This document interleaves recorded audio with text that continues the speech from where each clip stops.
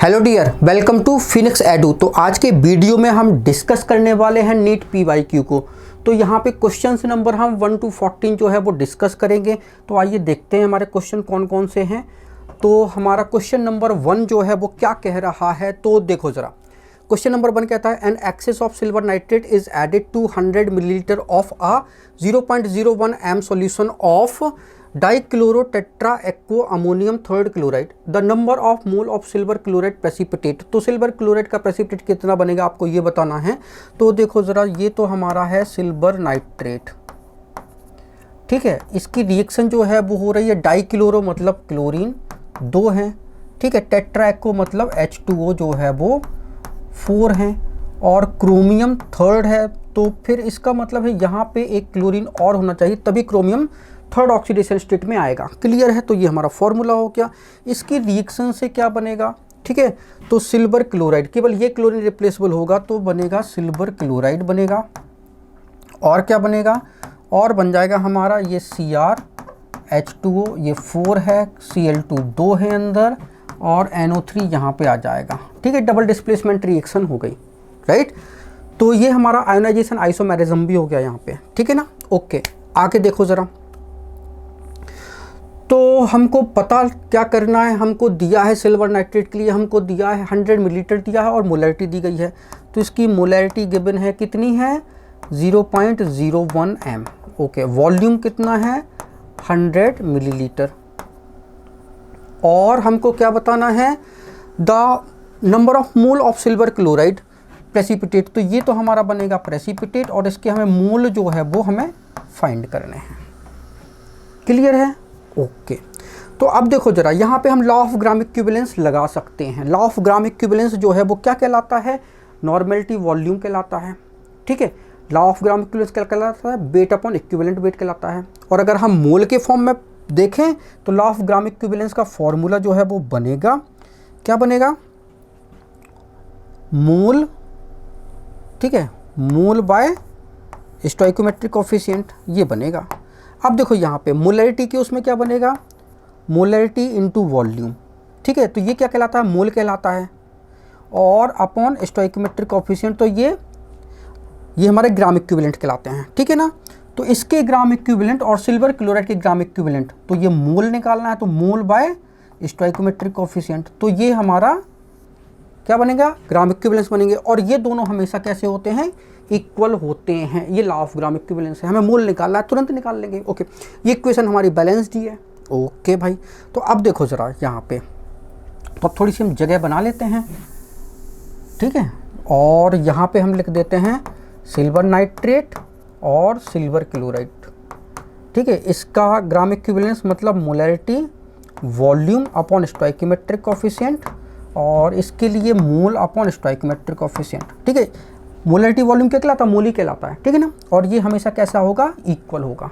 Clear है। Okay, molarity कितनी given है 0.01, वॉल्यूम कितना है 100 मिलीलीटर, तो भाई लीटर में कन्वर्ट करो तो 1000, ठीक है। और यहाँ पे स्टोइकोमेट्रिक कोफिशिएंट कितना है, बैलेंसिंग नंबर, ठीक है, क्या है 1 है, तो 1 से मल्टीप्लाई कर दो, लो भाई। क्लियर है। ओके, इक्वल टू मोल, ये तो निकालना है। स्टोइकोमेट्रिक कोफिशिएंट सिल्वर क्लोराइड के कितने हैं, तो 1 ही है। यहाँ पे बैलेंसिंग नंबर 1 है, ठीक है ना। तो बस निकाल लो भाई, मोल चाहिए।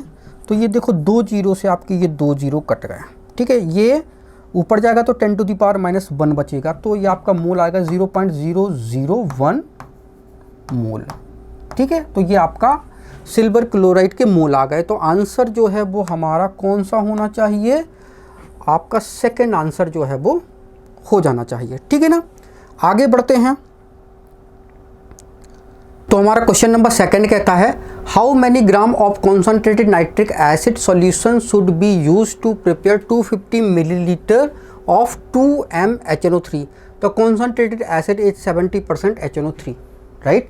तो हमारे पास HNO3 जो है वो है 70%, ठीक है ना।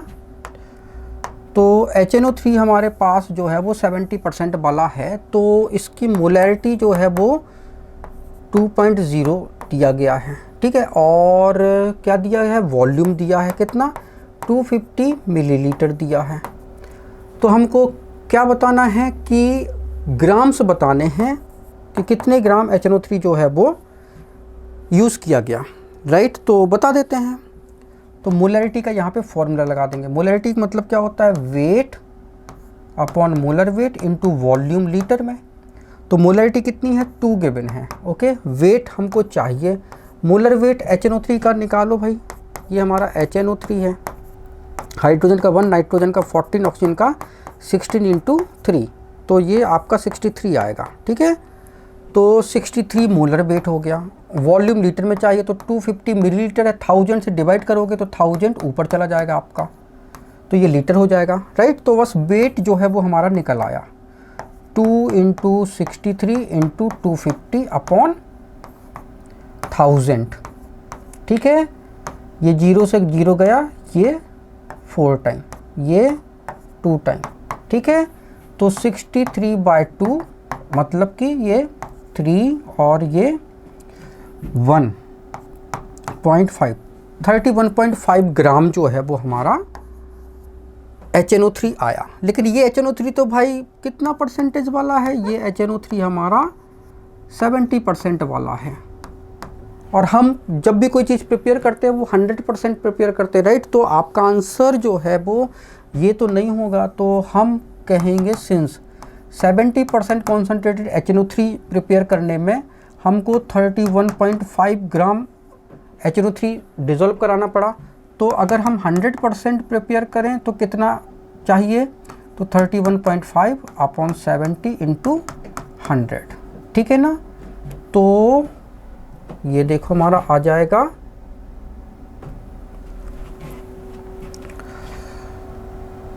31.5, तो ये 31.5 इंटू ये 100 डिवाइड करोगे तो ये 70 से, तो ये 45 आ जाएगा, राइट। तो ये 45 जो है ग्राम आपका आंसर आ जाएगा। तो आपका आंसर जो है वो ये हो जाएगा, ठीक है। अगला क्वेश्चन देखते हैं।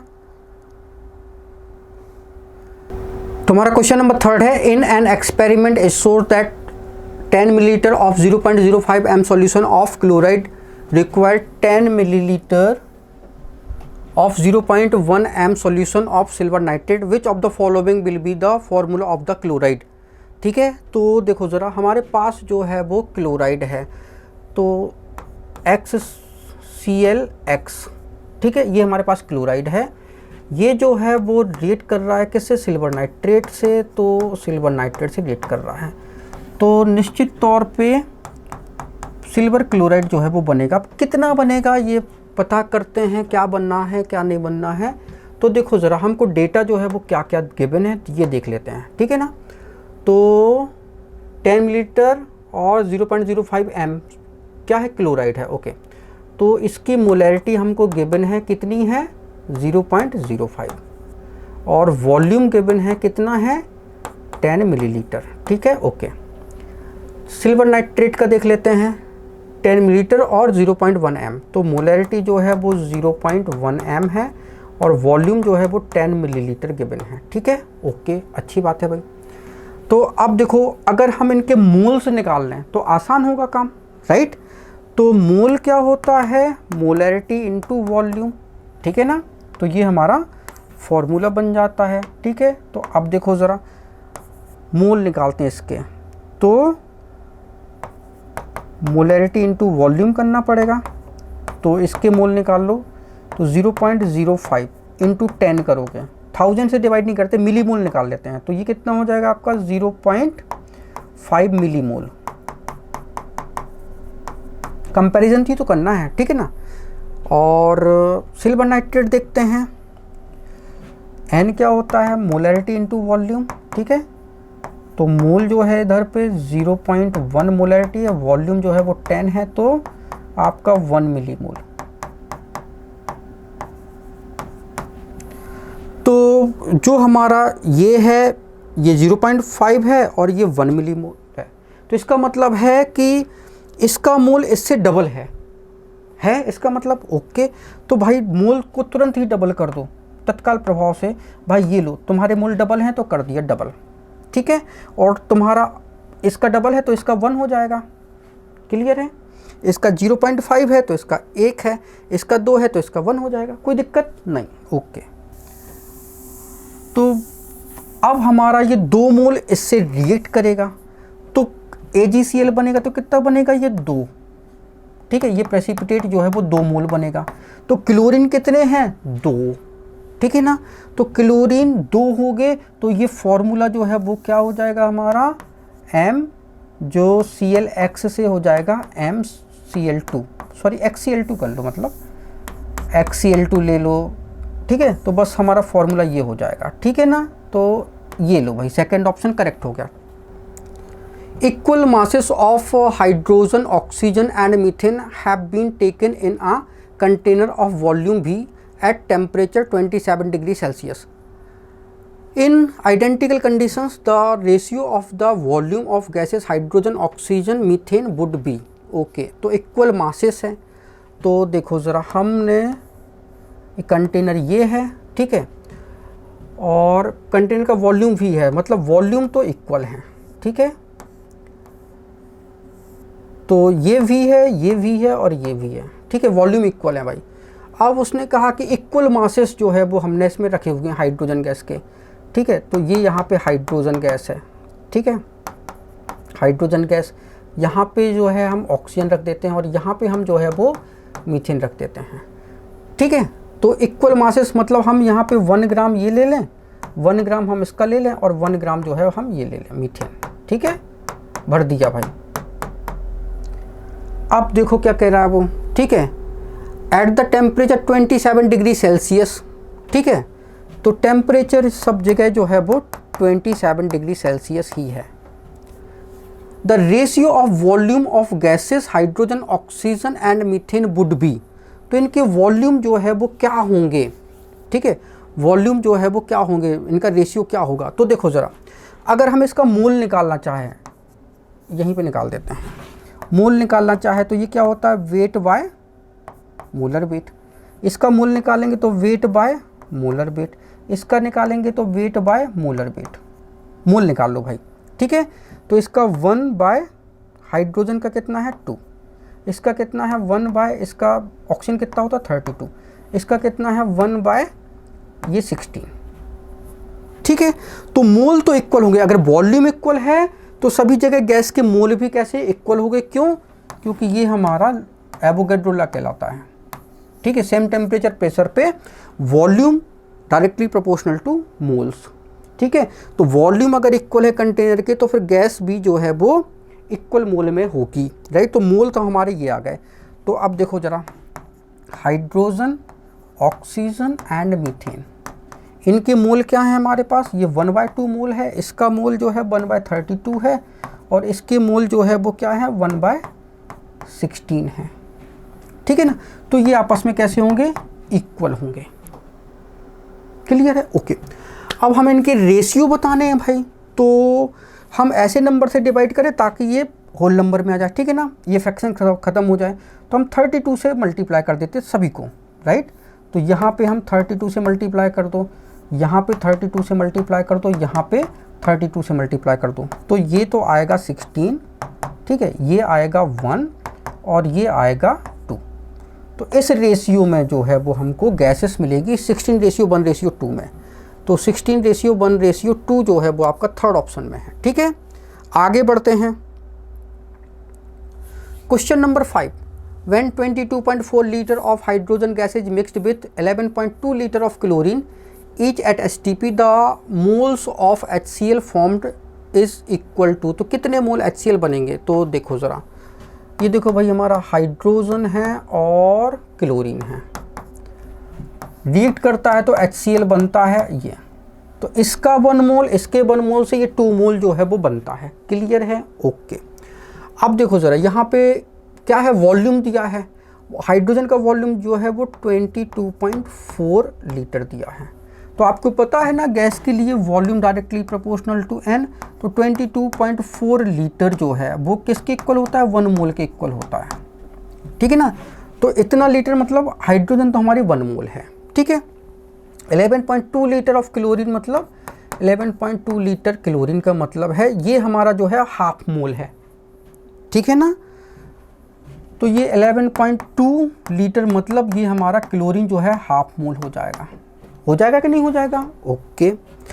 ओके तो अब हमको ये बताना है कि हमारा जो है वो HCl जो है वो कितना बनेगा, ठीक है ना। तो मोल्स ऑफ HCl कितने बनेंगे, तो देखो जरा, इसका 1 मोल, ठीक है, ये हमारे 1 मोल के इक्वल है और ये हमारा क्या है, हाफ मोल के इक्वल है। इसका 1 मोल इसके 1 मोल से रिलेट करता है, राइट। तो इसका 1 मोल इसके 1 मोल चाहिए, लेकिन ये हाफ मोल है, राइट। तो ये हमारा लिमिट में है। तो लिमिट वाला जो है वो प्रोडक्ट को डिसाइड करता है बनने में, ठीक है ना। तो देखो ज़रा, इसके 1 मोल से ये 2 मोल बना, तो इसके आधे मोल से ये कितना बनेगा, ये 1 मोल बनेगा, ठीक है ना। तो हम बोलेंगे सिंस 1 मोल क्लोरीन, ठीक है, ये 1 मोल से ये 2 मोल बना, यहाँ पे नंबर कुछ नहीं है, ठीक है ना। 1 मोल से 2 मोल HCl बन रहा है, तो हाफ मोल से कितना बनेगा, ठीक है, ये 2/1 इंटू 1/2, तो ये 1 मोल आ जाएगा, ठीक है ना। तो 1 मोल जो है वो आपका आंसर हो जाएगा। तो आपका ऑप्शन 1 करेक्ट है, ठीक है। आगे देखो,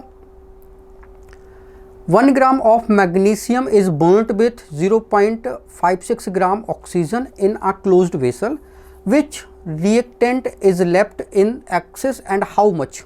ओके, तो मैग्नीशियम जो है वो हमारी ऑक्सीजन से रिएक्ट कर रहा है, तो MgO बन रहा है। गिवन क्या है भाई यहाँ पे, तो गिवन जो है वो 1 ग्राम मैग्नीशियम है, ठीक है, और ऑक्सीजन का वेट 0.56 गिवन है, राइट। तो अब बताना है हमको कि विच रिएक्टेंट इज लेफ्ट एक्सेस में, दोनों में से कौन सा रिएक्टेंट एक्सेस में होगा। तो लिमिटिंग रिएजेंट निकाल लो भाई, ठीक है ना, निकाल सकते हैं लिमिटिंग रिएजेंट। ओके, तो क्या इक्वेशन बैलेंस है, नहीं है, तो इक्वेशन को बैलेंस कर लो भाई। लो भाई, ये इक्वेशन हमारी बैलेंस है, ठीक है। इसका 2 मोल इसके 1 मोल से रिलेट करता है, तो इसका 2 मोल जो है वो बनता है। तो मतलब इसका वेट अगर हम देखें तो 2 × 24 होता है मैग्नीशियम का वेट। इतने ग्राम मैग्नीशियम 32 ग्राम ऑक्सीजन से रिएक्ट करता है, ठीक है। तो लिमिटिंग रिएजेंट निकाल लेते हैं। तो हम निकालते हैं सिंस 2 × 24 ग्राम मैग्नीशियम जो है वो 32 ग्राम ऑक्सीजन से रिएक्ट करता है, तो 1 ग्राम मैग्नीशियम के लिए ये कितना चाहिए, तो 32/48 हो जाएगा, ठीक है ना। तो 8 चौको 32 और 6 48, ठीक है, 2 3, तो 2/3 मतलब कि 0.66, ठीक है। 0.66 ग्राम जो है वो हमको चाहिए, क्या, ऑक्सीजन, ठीक है। लेकिन ऑक्सीजन कितना है, 0.56 ग्राम है, और हमको 1 ग्राम मैग्नीशियम के रिएक्शन के लिए 0.66 ग्राम मैग्नीशियम चाहिए, और हमको ये 0.56 ही दी गई है। मतलब ये क्या है, लिमिट में है। हमको चाहिए थी इतनी और तुम दे रहे हो इतनी, तो ये क्या हो गया, लिमिट में है भाई। तो ये निश्चित तौर पे ये एक्सिस में होगा। तो अब ये पता लगाना है कि एक्सिस में कितना अमाउंट है मैग्नीशियम का, तो अब हमको ये पता लगाना है, राइट।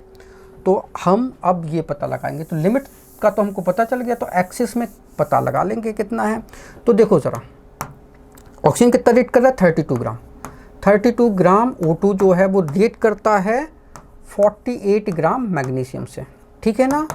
तो 0.56 ग्राम ऑक्सीजन के लिए मैग्नीशियम कितना चाहिए, तो 48/32 इंटू 0.56, ठीक है।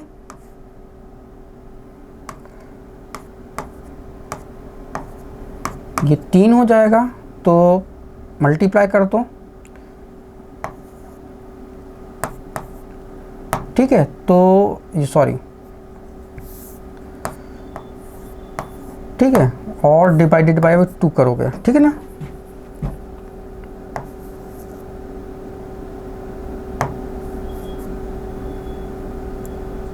ठीक है, तो ये हमारा आया जो है वो 0.84 ग्राम आया, ठीक है।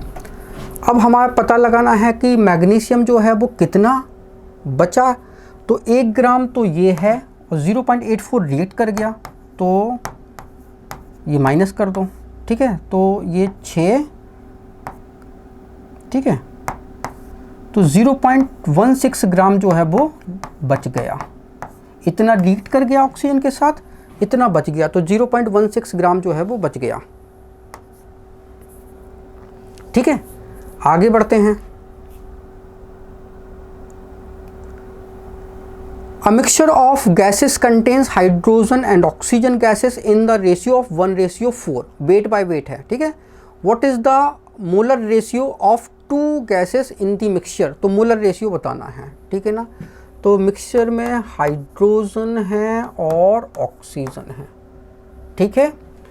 तो ये वाटर बनाएगा, ठीक है। अब देखो ज़रा इक्वेशन को अगर हम बैलेंस करना चाहें तो कर भी लिया, ओके।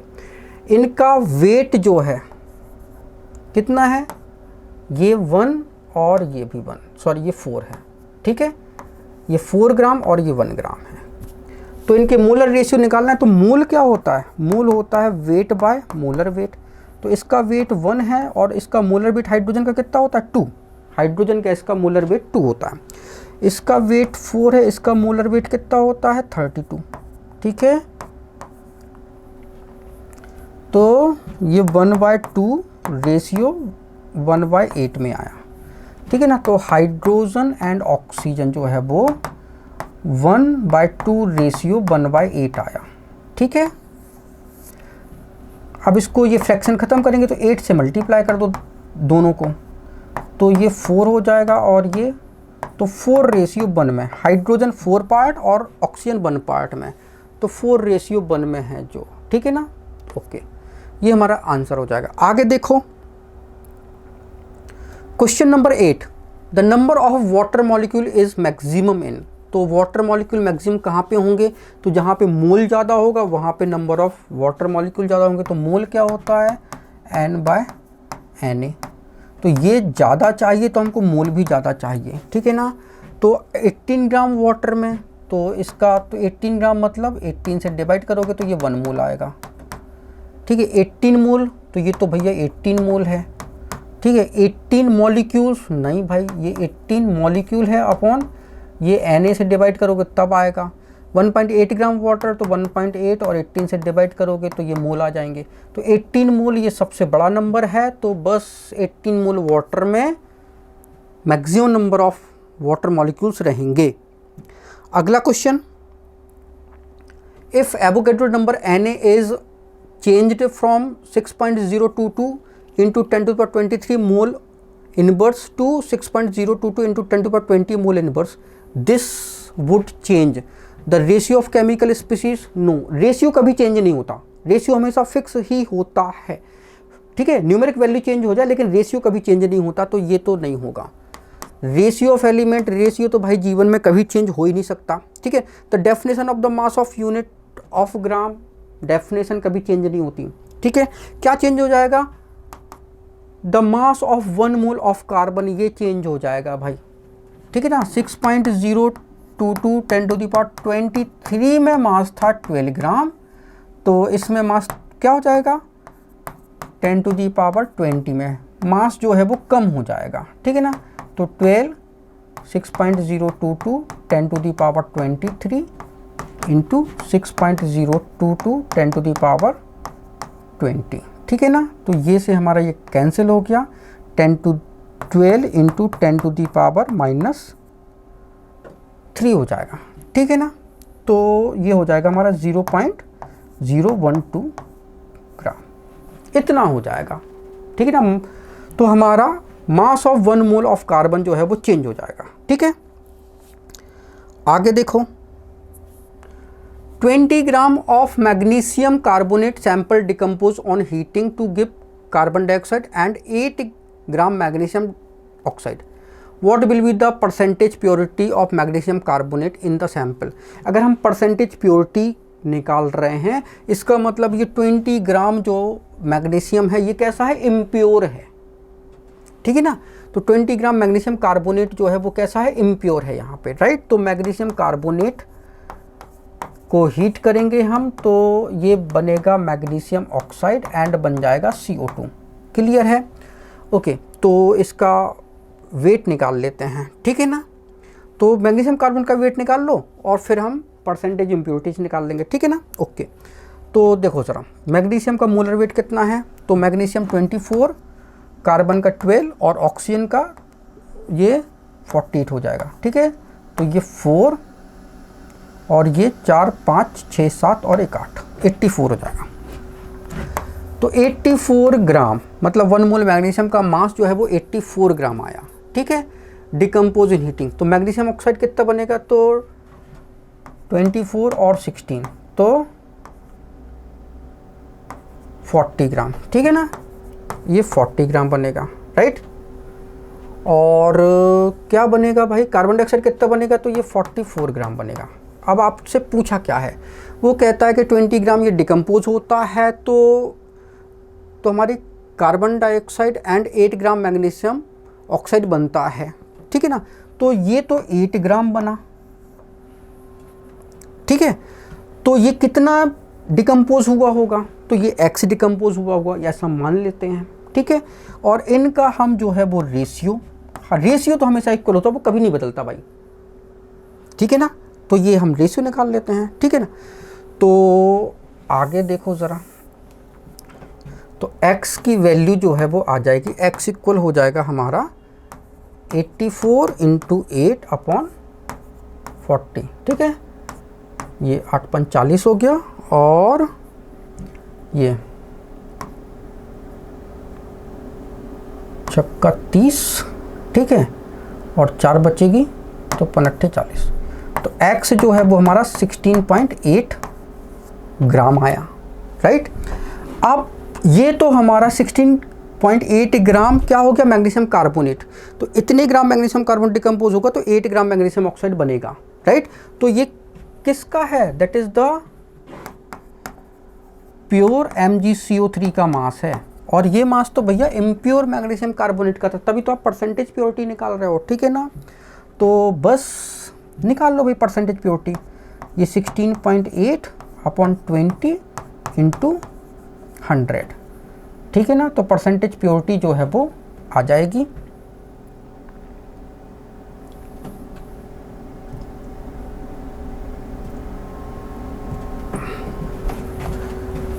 तो 16.8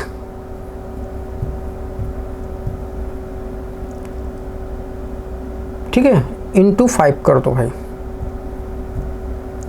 तो ये हमारा 84% जो है वो आ जाएगा परसेंटेज प्योरिटी। तो 84% जो है वो हमारी प्योरिटी आ गई, ठीक है। आगे देखते हैं,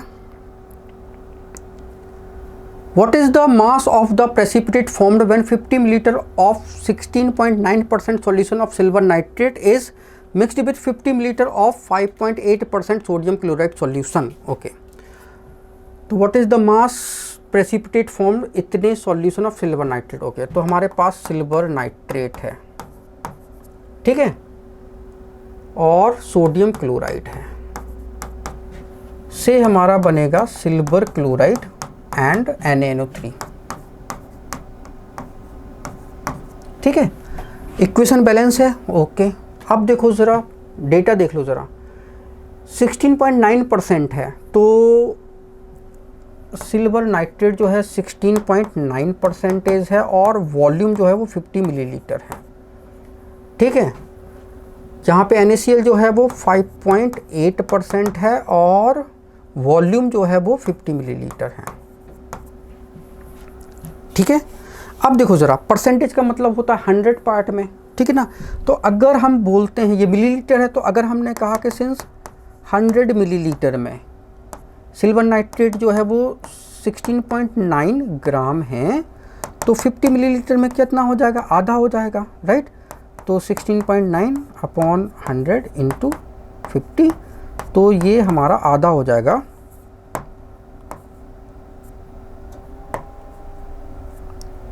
ठीक है। तो 8.45 ग्राम हो जाएगा, ठीक है, इतना हो जाएगा। 50 मिलीलीटर में इतने ग्राम जो है वो हमारा सिल्वर नाइट्रेट है, ठीक है। अब ये कितना हो जाएगा, ये भी आधा हो जाएगा, तो डिवाइड 2 से डायरेक्ट ही कर दो, है ना। तो 2.9 ग्राम, ठीक है, ये हो जाएगा। अब आपको क्या करना है कि what is the mass of precipitate बताना है, तो पीपीटी ये कहलाएगा।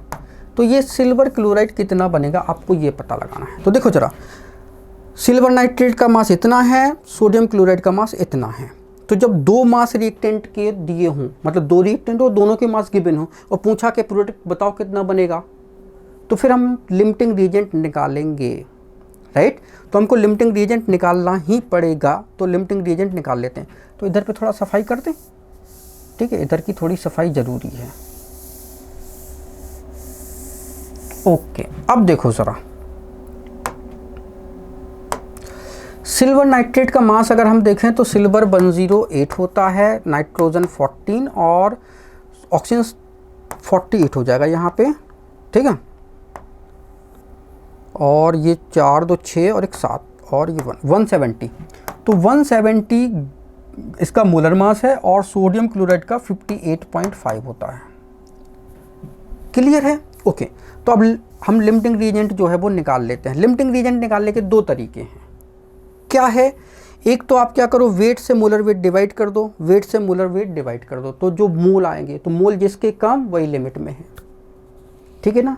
आप ऐसा कर सकते हो, ठीक है। तो देखो ज़रा, मोल देख लेते हैं किसके कम है। तो 8.45 और 170 डिवाइड किया, ठीक है, और यहाँ पे 2.9 और 58.5 से डिवाइड किया, तो मोल देख लो किसकी कम आते हैं, ठीक है ना।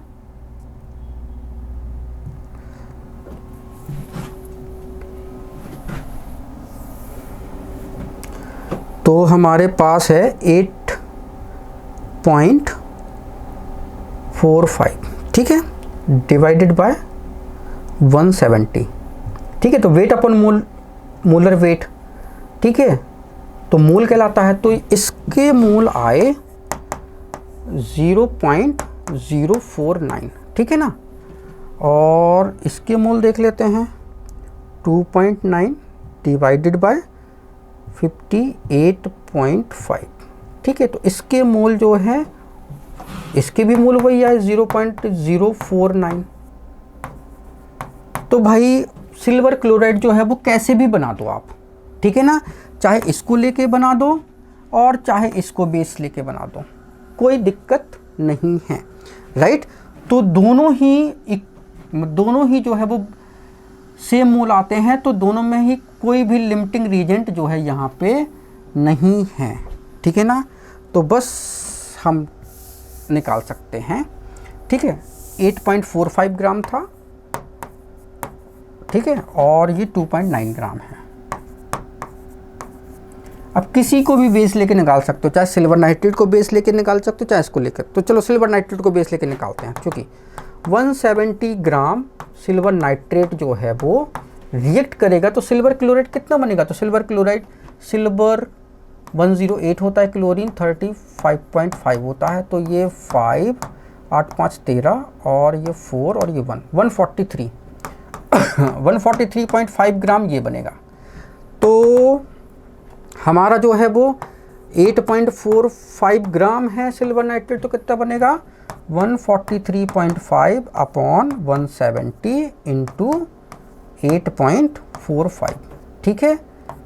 इतने ग्राम जो है वो प्रेसिपिटेट बनेगा। तो निकाल लेते हैं 143.5 डिवाइडेड बाय 170 इंटू 8.45, ठीक है। तो ये अपना 7.13 आया, 7.13 ग्राम इतना प्रेसिपिटेट जो है हमारा बना है। तो ये ऑलमोस्ट 7 ग्राम हमारा बन गया, ठीक है ना। ओके, अगर आप ये मास रखते हैं 108 की जगह तो आपका एकदम 7 ही आता आंसर, ठीक है ना। ओके, तो थोड़ा बहुत ये डेसिमल में आ गया, वो इसलिए क्योंकि हमने यहाँ पे सिल्वर जो है वो 108 रखा मास, ठीक है। ओके, आगे बढ़ते हैं। Question number 12, a compound possess 8% sulphur by mass, the least molar mass हमको बताना है, ठीक है, कितना होगा। तो देखो ज़रा, 8% का मतलब क्या है। 8% का मतलब है कि अगर 8 ग्राम सल्फर है 8 ग्राम सल्फर है तो कंपाउंड जो है वो 100 ग्राम कंपाउंड होगा, ठीक है ना। इसका मतलब यही है, अगर 8 ग्राम सल्फर ले लिया तो कंपाउंड 100 ग्राम होगा उसका मास, ठीक है ना। अब मिनिमम मोलर मास के लिए कम से कम सल्फर जो है 1 मोल तो होना ही चाहिए, जैसे कि मैग्नीशियम सल्फेट 1 मोल सल्फर तो है ही, इससे कम क्या होगा, कुछ नहीं होगा, ठीक है ना। तो मिनिमम मोलर मास के लिए कम से कम 1 मोल सल्फर होना चाहिए, और 1 मोल सल्फर का मास कितना होता है 32 ग्राम। तो 32 ग्राम अगर सल्फर प्रेजेंट है तो मास कितना हो जाएगा 100/8 × 32, ठीक है ना। तो ये 4, तो ये 400 ग्राम हो जाएगा, राइट। तो आंसर हो जाएगा 2। आगे 13 number, suppose the element x and y combine to form 2 compound xy2 and x3y2 when 0.1 mole of xy2 weight 10 gram and 0.05 mole of x3y2 weight 9 gram, the atomic weight of xy कितना होगा। तो देखो ज़रा, हमारे 2 compound हैं xy2 और x3y2, तो ये जो है वो बना होगा जब हमारा x + 2y जो है वो रिएक्ट किया होगा, ये बना होगा जब 3x एंड 2y जो है वो रिएक्ट किया होगा, ठीक है ना। क्लियर है, ओके। अब देखो ज़रा, तो ये हमारी बन गई इक्वेशन 1 और ये इक्वेशन बन गए 2, ओके।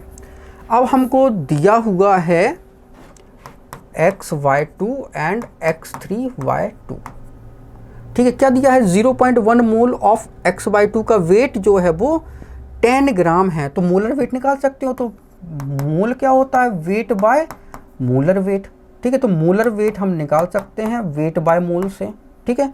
तो मोलर वेट xy2 का कितना आया, तो देखो ज़रा, वेट जो है वो कितना है 10 ग्राम और मोल जो है वो कितने हैं 0.1, तो मोलर वेट जो है भाई इसका आ गया, डेसिमल हटाओगे तो ऊपर 100 हो जाएगा, ठीक है। तो ये 100 हो गया, ठीक है। तो 100 ग्राम पर मोल जो है इसका मोलर वेट आ गया, ठीक है, xy2 का। x3y2 का निकालो भाई, तो x3y2 का देखो ज़रा 0.05 मोल है और x3y2 का वेट 9 ग्राम है, तो मोलर वेट क्या होता है वेट बाय मोल, ठीक है। मोलर वेट कितना दिया है 9 और मोल जो है वो कितने दिए हैं 0.05, ठीक है ना। तो डेसिमल हटाओगे तो ये बन जाएगा 900 डिवाइडेड बाय 5, ठीक है, ये आ जाएगा आपका 180, तो मोलर मास इसका हो गया 180, ठीक है ना, ओके भाई। अब देखो ज़रा, x + 2y, ठीक है, इनका एटॉमिक मास 2 × y का एटॉमिक मास, ये जो है इसका सम जो है वो कितना होना चाहिए 100 होना चाहिए, ठीक है, law of conservation of mass, ठीक है। 3x का मास + 2y का मास, ये 180 होना चाहिए, law of conservation of mass, clear है, ओके। आ रही बात समझ में, ओके। तो अब क्या करते हैं, बस इसको सॉल्व कर देते हैं, तो इधर नेगेटिव से ये भी नेगेटिव हो जाएगा, तो ये हमारा कैंसिल हो जाएगा, राइट। तो ये -2x बचेगा और ये -80 हो जाएगा, तो माइनस से माइनस कैंसिल कर दो यहीं पे, तो x = जो है वो हो जाएगा 40, ठीक है ना। और अब y निकालना है, तो x का तो एटॉमिक मास जो है 40 हो गया। अब x की वैल्यू हम यहाँ रख देते हैं इक्वेशन 1 में, ठीक है ना। तो थोड़ा सा पेन चेंज कर लो, तो 40 + 2y = 100, तो 2y इक्वल हो जाएगा 100 - 40, तो 2y मतलब ये 60, तो y = 30, ठीक है। तो y जो है वो हमारा 30 हो गया, तो 40 और 30 जो है वो हमारे क्या हो जाएंगे, आंसर हो जाएंगे।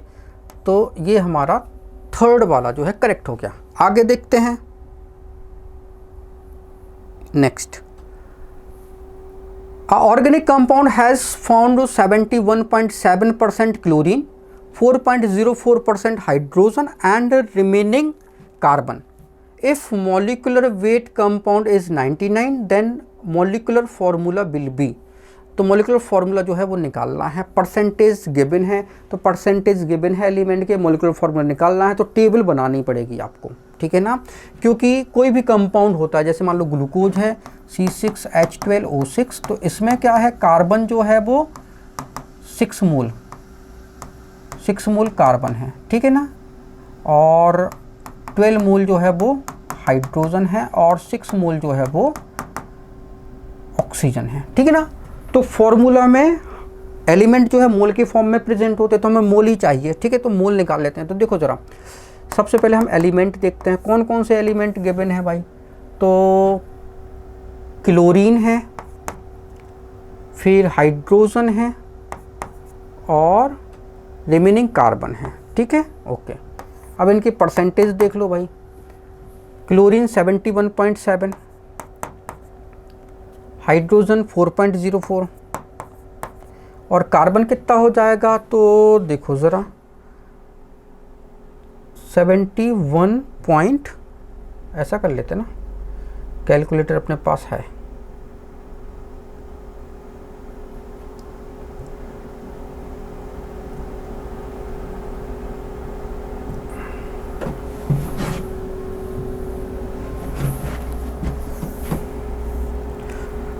तो ये 100 माइनस 71.7, ठीक है, फिर से माइनस कर दो 4.04, तो 24.26 बचा, तो ये 24.26, ठीक है, ये परसेंटेज हो गया। अब इनके एटॉमिक वेट ले लो। ये क्लोरीन 35.5 होता है, हाइड्रोजन का 1 होता है, कार्बन का 12 होता है, राइट। तो अब देखो ज़रा, अगर पूरा कंपाउंड हमारा 100 ग्राम है तो उसमें 71.7 ग्राम क्लोरीन होगा, 4.04 ग्राम हाइड्रोजन, 24.26 ग्राम कार्बन होगा, ठीक है ना। तो ये वेट दिए हैं और ये एटॉमिक वेट हैं, तो मोल जो है वो हमारा आ जाएगा। मोल क्या होता है, that is weight upon atomic weight, ठीक है ना। तो निकाल लेते हैं 71.7 35.5, ठीक है, और 4.04 और ये 1 और ये 24.26 और ये 12, ठीक है ना। तो ये आपका लगभग 2 टाइम्स, ये आपका 4 टाइम कर लो और ये आपका जो है वो 2 टाइम कर लो, ठीक है ना। तो सिंपलेस्ट मोल जो है वो अभी हम निकाल लेते हैं, ठीक है। अगर एडजस्ट करना है तो हम कर देते हैं, एडजस्ट कर लो आप, ठीक है, घबराओ नहीं, ठीक है। 71.7 डिवाइडेड बाय 35.5, ठीक है, तो ये 2 आया, 2.01, ठीक है। फिर आपका 4.04 और 24.26 डिवाइडेड बाय 12, तो 2.02, तो 2.02, तो 2.01 कम है, तो सिंपलेस्ट मोल क्या होगा, 2.01, 2.01, 4.04, 2.01, 2.02, 2.01, तो ये 1, ये कितना 2, ये कितना 1। तो बस हमारा एम्पेरिकल फार्मूला तो आ गया भाई, ठीक है। एम्पेरिकल फार्मूला क्या आ गया, कार्बन जो है वो 1 है, हाइड्रोजन 2 है, क्लोरीन जो है वो कितना है 1 है, तो CH2Cl2, ये तो हमारा फार्मूला सॉरी CH2Cl, ठीक है ना, CH2Cl, ये हमारा फार्मूला आ गया, ठीक है। अब हमको बताना है मॉलिक्यूलर फार्मूला। तो ये कंपाउंड का मोलर वेट 99 है, तो हमें n निकालना है। n क्या होता है, molar weight upon empirical formula wait, ठीक है ना, मॉलिक्यूलर फार्मूला वेट और एम्पेरिकल फार्मूला वेट। तो n निकाल लेते हैं, ये हमारा कितना है 99 है। इधर देख लो भाई, कार्बन 12 और ये टोटल 14 हो जाएगा, तो 14 प्लस 35.5 कर दो, तो ये 49.5, ठीक है ना। तो ये जो है वो आपका 2, तो n यहाँ पे हो गया 2। तो अब फॉर्मूला CH2Cl, एम्पेरिकल फार्मूला 2 से मल्टीप्लाई करोगे तो मॉलिक्यूलर फार्मूला आ जाएगा, तो C2H4Cl2, ठीक है ना। ओके, तो बस इसका मॉलिक्यूलर फार्मूला जो है इसका एम्पेरिकल फार्मूला में n से मल्टीप्लाई कर दो, ठीक है। तो वही किया था अपन ने। तो C2H4Cl2, तो C2H4Cl2 मतलब आपका सेकंड ऑप्शन करेक्ट है, ठीक है। तो ये हमारे क्वेश्चंस जो है वो 1 to 14 हो गया। Thank you so much for watching this video. अगर वीडियो अच्छा लगा तो प्लीज़ इसको लाइक करें, उसको शेयर करें। अगर आपने चैनल को सब्सक्राइब नहीं किया है तो प्लीज़ चैनल को सब्सक्राइब कर लें। Thank you once again for watching this video.